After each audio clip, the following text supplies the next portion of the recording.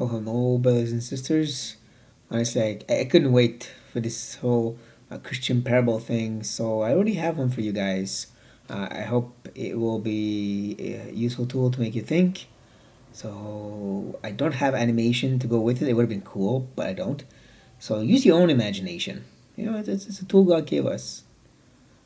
Imagine yourself an amazing king, glorious, beautiful, gracious, kind. He's opened his kingdom for all to come in. He's such a generous king that people serve not out of obligation because they want to serve within his kingdom, even though he's taking care of everything. But at some point, some of these servants hear that the enemy of the king wants to come attack the kingdom. So out of their own love, they decide to go after him. And they've heard that he's in the eastern forest. And some present themselves as generals saying, I've fought this enemy before. I know how to deal with this guy.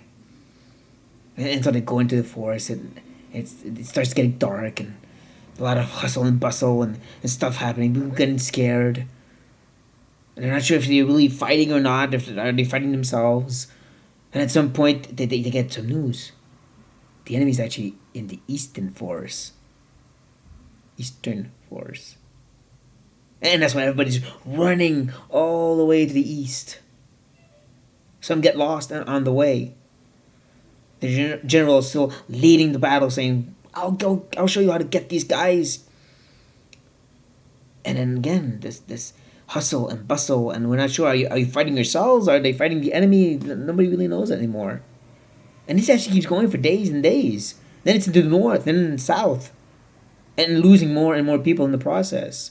And at some point, after a few days, the king turns to his right hand man and says, "Like, where are my servants? Where are these people that brought into my kingdom to rejoice at my great kindness?"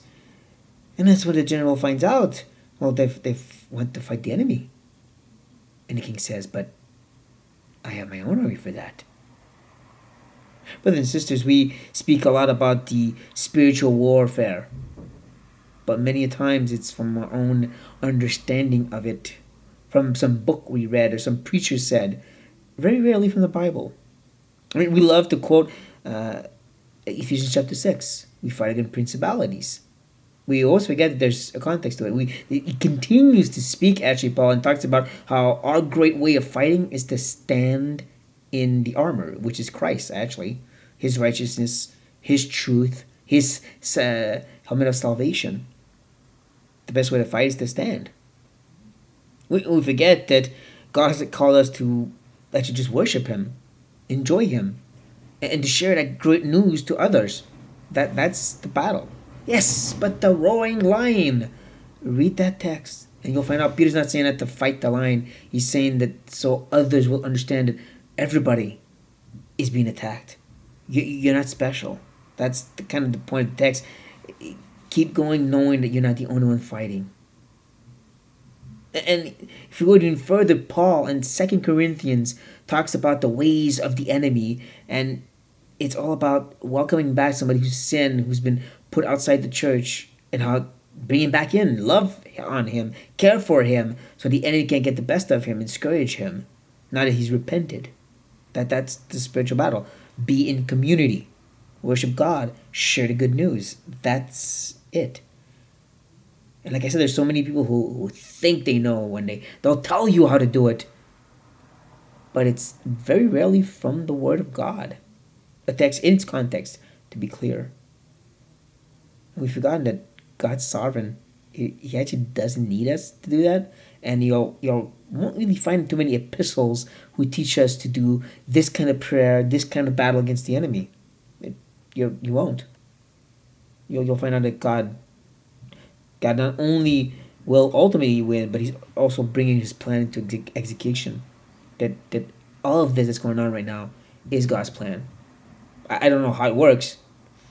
I'm not one of those people who would say this is that, but the Bible this does say this is all God's plan because He's sovereign of all things. So hopefully this parable made you think, brought you back to the Word, because that's my only actual desire. It's bring everybody back to the Word of God. So with that, brothers and sisters, be blessed, and I love you guys.